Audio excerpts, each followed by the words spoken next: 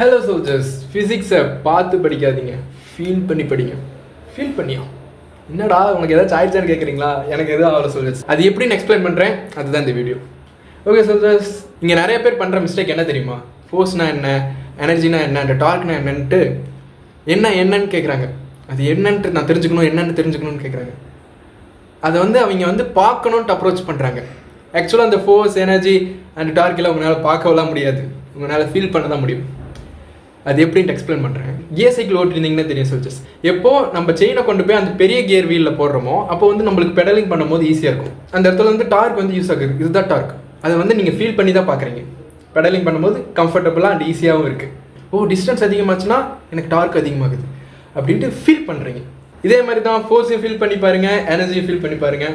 கண்டிப்பாக உங்களுக்கு ஃபிசிக்ஸ் பக்காவாக புரியும். ஓகே சோல்ஜர்ஸ், நான் சொன்னதில் உங்களுக்கு ஏதாச்சும் டிசப்பாயின்மெண்ட் இருந்ததுன்னா கமெண்ட் பண்ணுங்கள், நான் கண்டிப்பாக உங்களுக்கு ரிப்ளை பண்ணுவேன். அண்ட் நம்ம வீடியோ பிடிச்சிருந்ததுன்னா வீடியோக்கு லைக் பண்ணுங்கள் அண்ட் நம்ம சேனலுக்கு சப்ஸ்கிரைப் பண்ணுங்கள். பாய்.